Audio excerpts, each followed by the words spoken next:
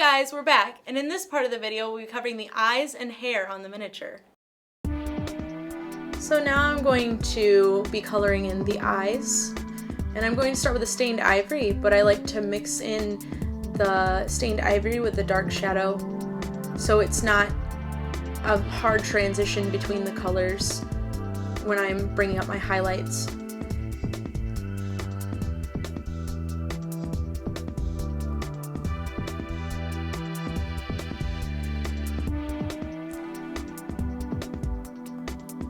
And when I'm painting the eyes, I like to use more of a yellow-white color. So I used, like I said, the stained ivory, and I'll use the linen white as my brightest color on the eyes. And normally I position the highlights to the tops of the eyes, up by the eyelids, so it'll be brighter. And also with the teeth, I use the same color normally with the teeth as I do the eyeballs.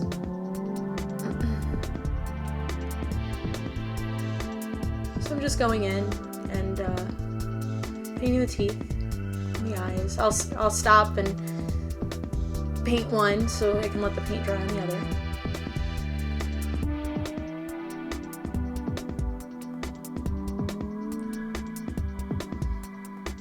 And usually I concentrate the highlights to the front or the middle of the eyeball. And in this case, the sculpt, she had already sculpted a little bit of the eye was sculpted in. So I will paint the pupil where the eye is sculpted onto the model.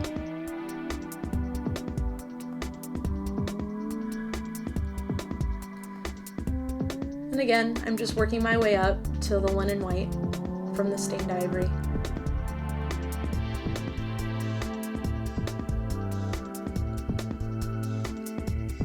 You can see how I leave that little area of brown in between the eye and the flesh to make the eyes stand out. And I go in and I clean up what I might have painted over onto the skin by accident. Redo the brown around the eye.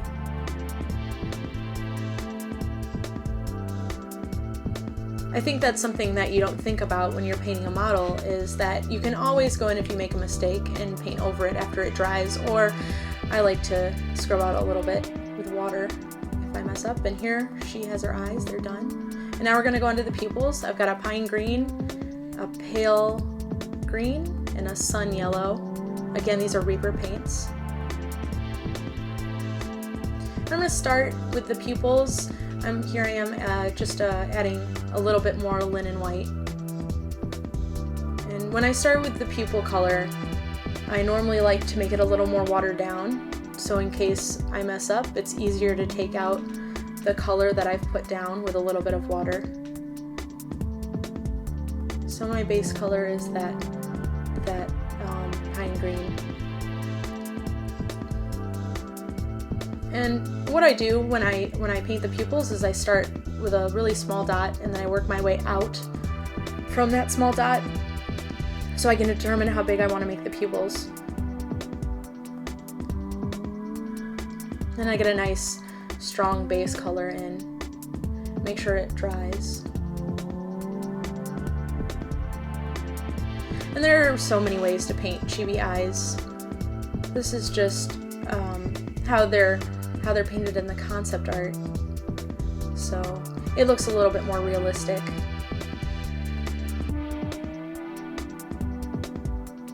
When I go in, I just touch up a little bit with my linen white if I've made the pupil an odd shape.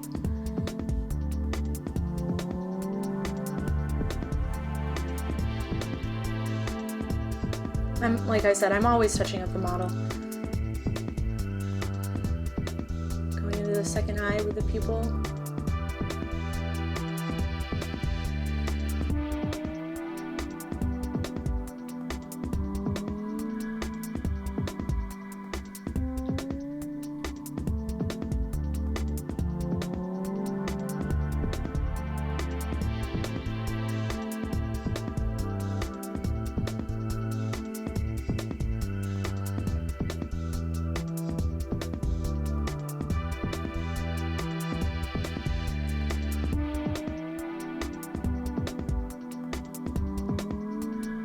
And I like to hold the model away from myself a lot so I can see if the eyes are going in the right direction.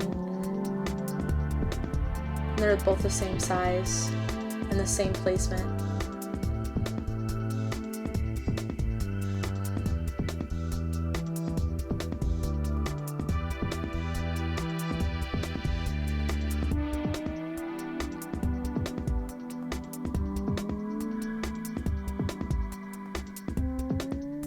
So now I'm coming in with the small paintbrush.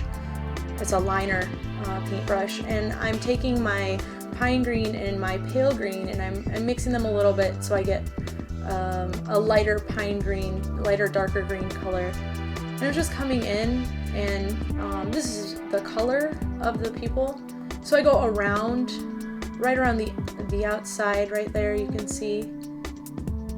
Just very lightly, very thin layers of paint to build up that color.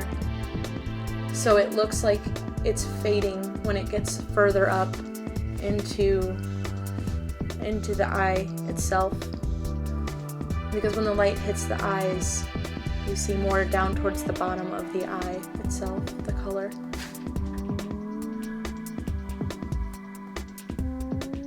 And then I work up to a pale green.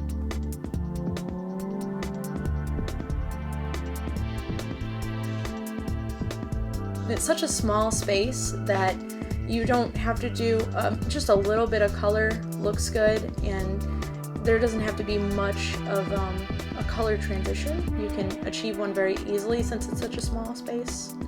And I'm going in with just a straight pale green here at the bottoms of the eyes.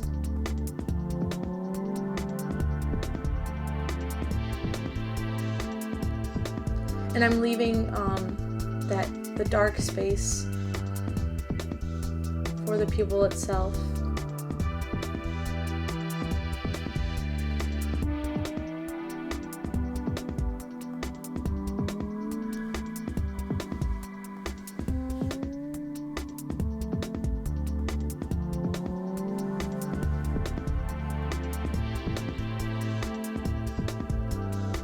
Once I get a nice pale green color, I'm going to transition to the yellow. And maybe just a little dot of yellow down at the bottom of the eye.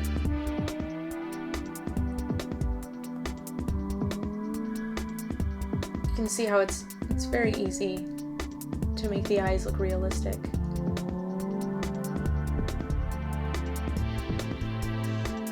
And when you do lay down a base coat, it makes a nice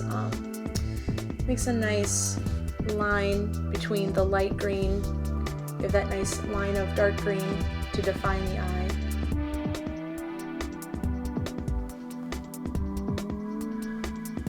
And I didn't with this model, but sometimes I like to make little hash marks in the eye too, and that gives it some variation, some color. I like to bring the little dark hash marks out of the pupil itself to make it look like the iris is almost, I guess you would say, gradiated.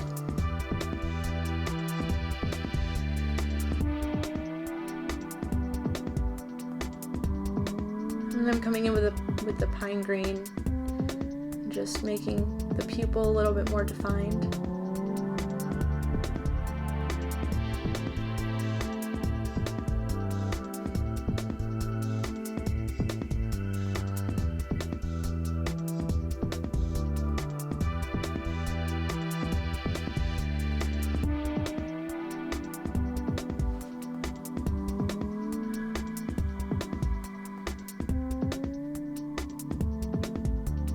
Barely touching the surface with my paintbrush. It looks pretty good. And now I'm going to take a pure white and going to put the highlight of the eye right up there at the top. And that gives it that look of a real eye. It makes it look really neat. And sometimes I know that the Chibi eyes, the style, there's two highlights in the eye. Always keep in mind too your light source, where your light source is coming from, because the highlight will be wherever that light source is positioned, it's going to hit the highest point on the eye.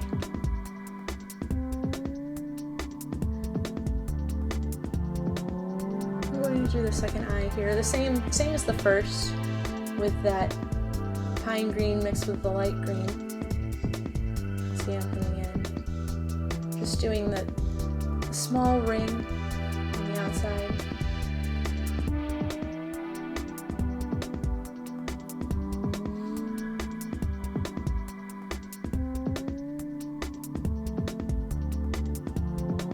Not even so much a brush stroke as just touching the paintbrush onto the surface, since it's such a small surface. And working my way up to that yellow, that brightest yellow, at the bottom of the eye. I know on this eye it was a little easier to see what I'm doing, since it's facing the camera a little better.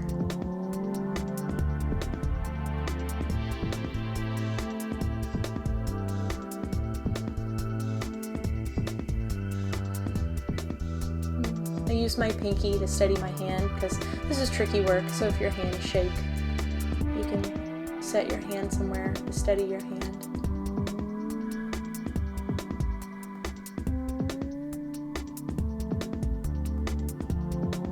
And I touched the model a couple times too to steady my hand.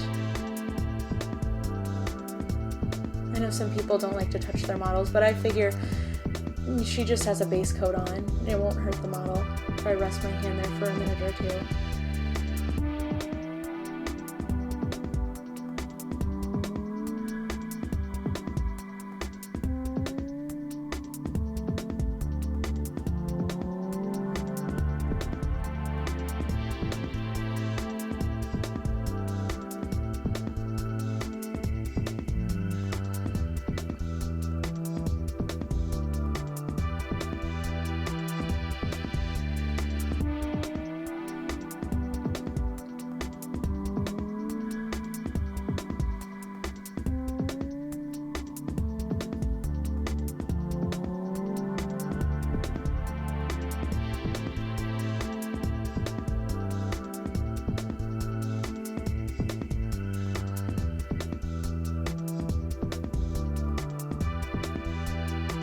Barely a little bit of yellow paint at the bottom of the eye.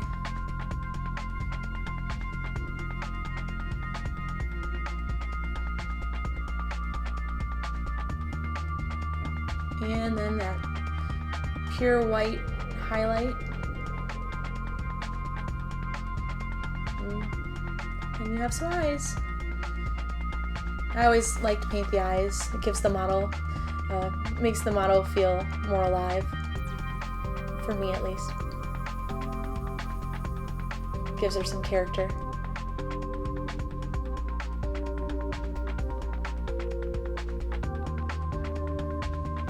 Now we're going to start on the hair. I've put down that burgundy wine base coat again, but I go back in because you can see it's uneven. So I go back in and I'm just going to put down another layer of that. Oh, here we go, fast hands again.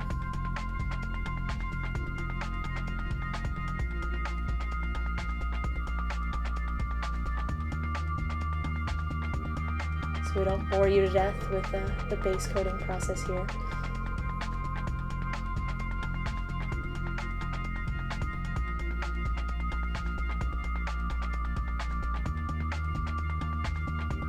So now I've got a nice even base coat, and I let that dry. Now I put down some black and some dark elf shadow because I'm going to wait for my base coat to dry on my hair and dark elf skin, and I'm going to start work on the fabric here. The base coat.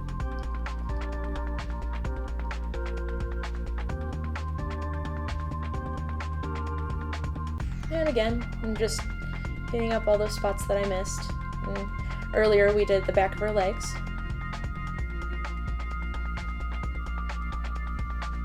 So I'm going to paint her clothes she's got on here. her cat suit. She's kind of got like a Catwoman suit on here.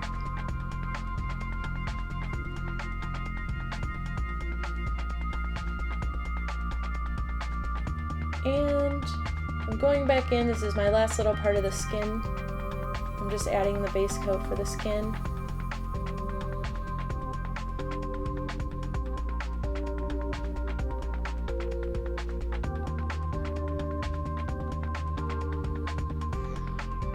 And a layer of just black for her sword.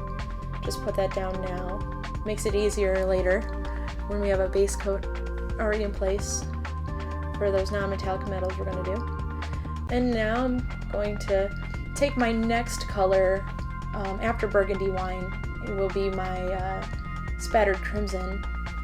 And right now I'm determining where I'm going to lay out my hair strands. There's no set way to do this because hair is messy. So you can lay down the strands wherever you like, as long as you keep in mind that they're all going, the way it's sculpted. Just follow the sculpt of the model.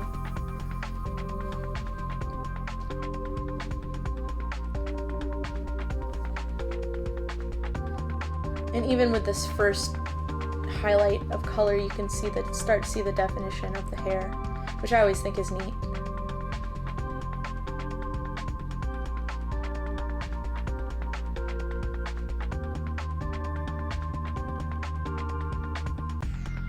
And again, with the Chibi models, usually with the hair, it allows for a big surface to work on, so you can get some nice practice in on painting hair.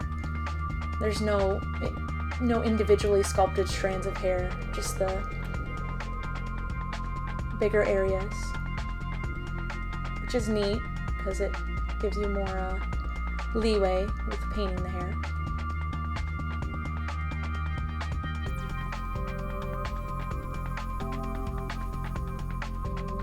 I like to use nice broad strokes to apply the paint. Just all in one go. And don't worry if it looks too translucent. I can go, I go back in with the color and I add more of the spattered crimson to the color because, like I said before, it dries darker than when you put it on wet.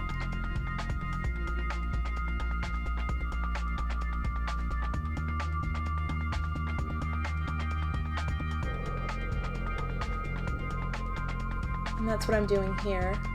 I'm just laying down the same color over the top, just defining that color better.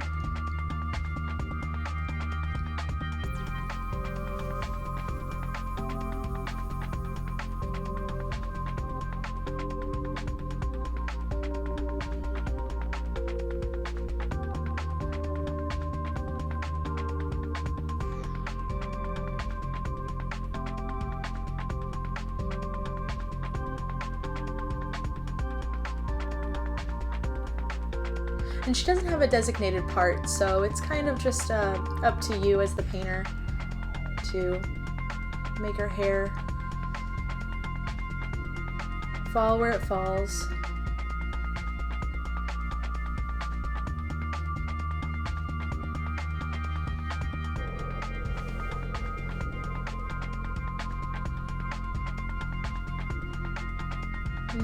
I go back in and I put even more detail in. I start to work on painting more individual strands of hair rather than larger areas.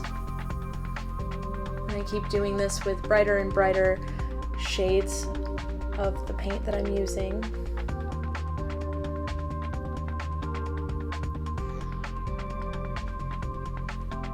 So now I have a pale violet red that I'm painting on to where I've painted my spattered crimson, and I'm doing thinner strands of hair, so it'll start to look more like hair at this point rather than just large sections.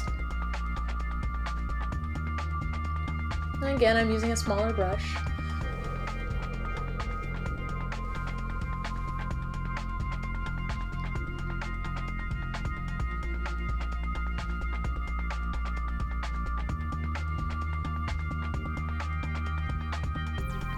I keep in mind that where my highlights are going to hit, usually on the tops of the hair, and on the ends of the hair you get a lot of highlight.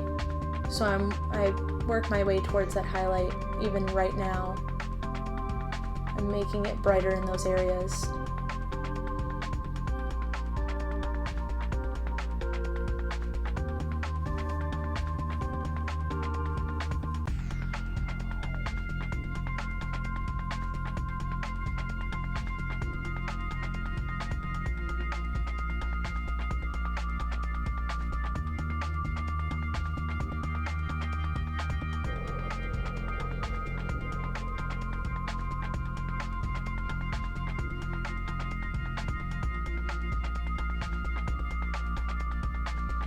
And don't worry about making mistakes, because you can always come in with your darker colors and just repaint the strands.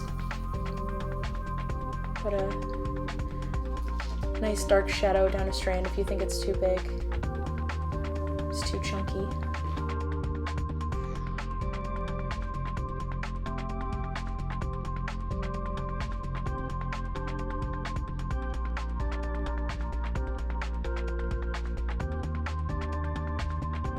I'm touching the tops of those two little strands of hair there that she's got sticking out. Can't forget those are important. And so now again, at the back of the hair, I'm taking my brighter color and picking out where the highlights will go. You can see how it's being broken down into smaller and smaller areas with brighter and brighter paint.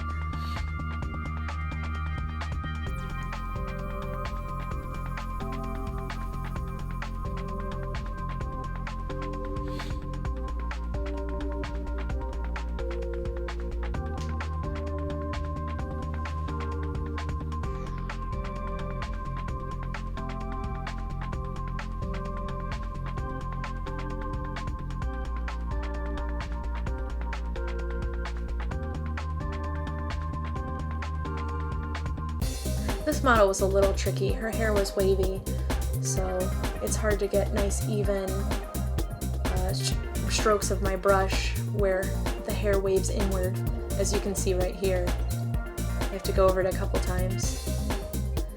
And now I'm taking that pale violet red and I'm mixing it with a little bit of a vampiric highlight, which is almost white. It's a white color, but it has a little bit more of a red to it also.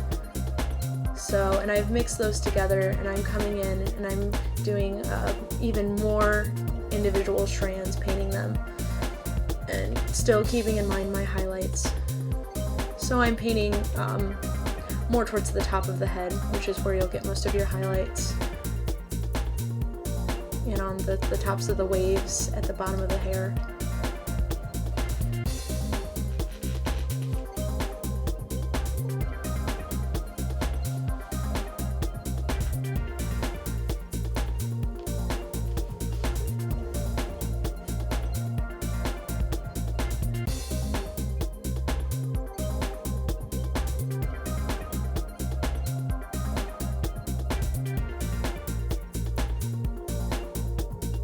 Again, I look like Speedy Gonzalez here with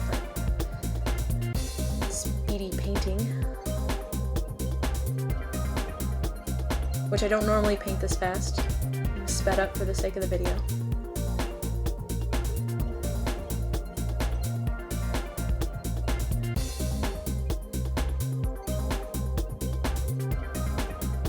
And you can see where I've picked out my highlights. It's always about the highlights, those are important. Make the hair look more realistic, and in a way make the hair look more like a chibi style.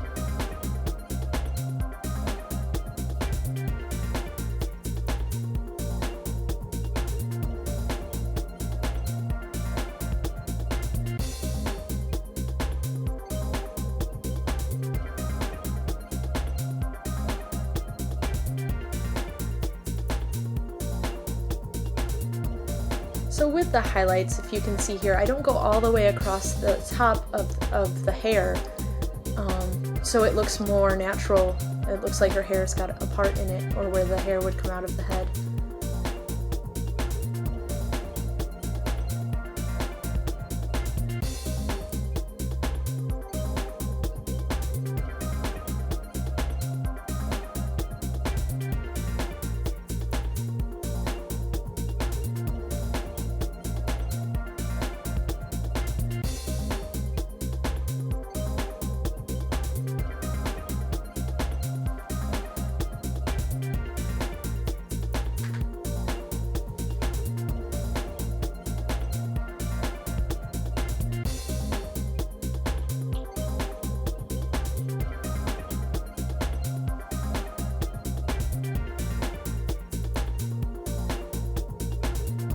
This part of the hair gave me a little bit of trouble.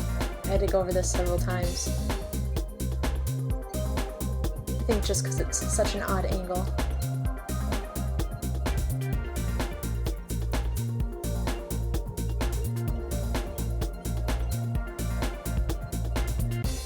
And here I've come with even more of that vampiric skin color. I've mixed in even more to my pale violet red.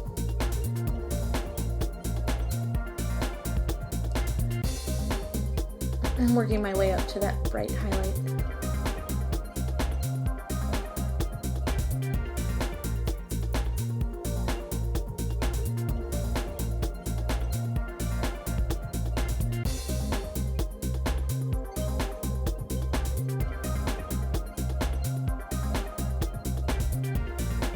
And highlight on the very tips of the hair.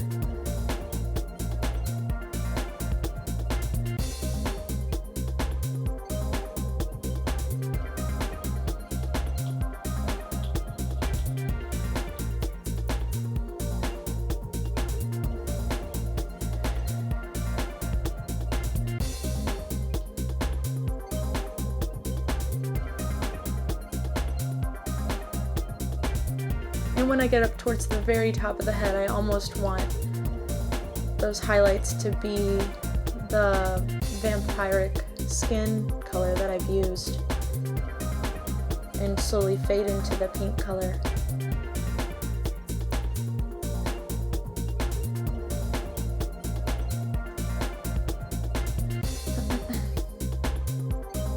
My poor camera guy, I moved around so much. I made him work, keeping everything in focus.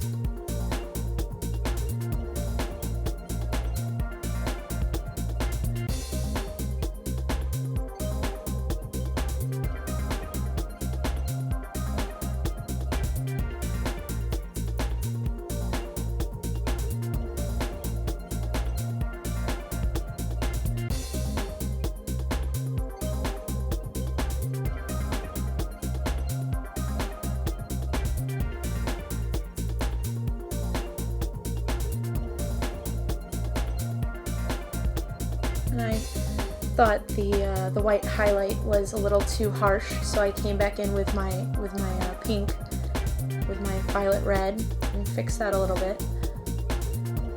And then sometimes I'll find places that I didn't paint, because it's a lot of hair. So I'll go back in and add those colors too.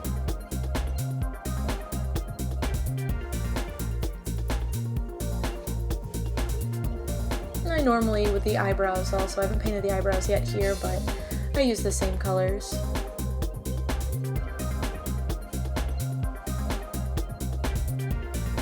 Got a little paint there. I'll take my water and brush that away before it dries.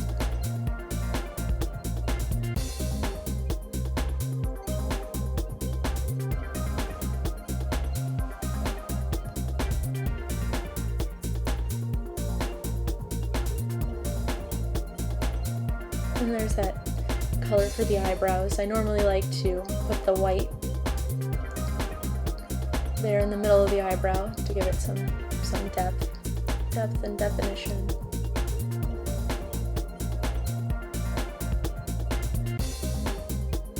And this is where, like I said before, I come in and anything that looks too thick, the hair strands, I come back in with that burgundy wine color and I fix that.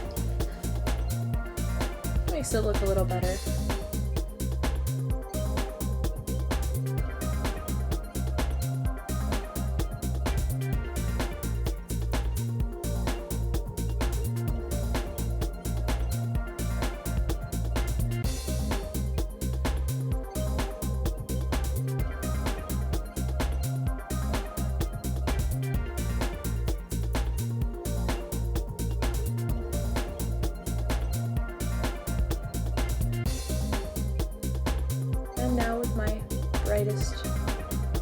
white here. Sometimes I'll take some linen white, which is not true white, it's a little bit of an off-white, and just barely touch the tops of the hair where my highlight would be.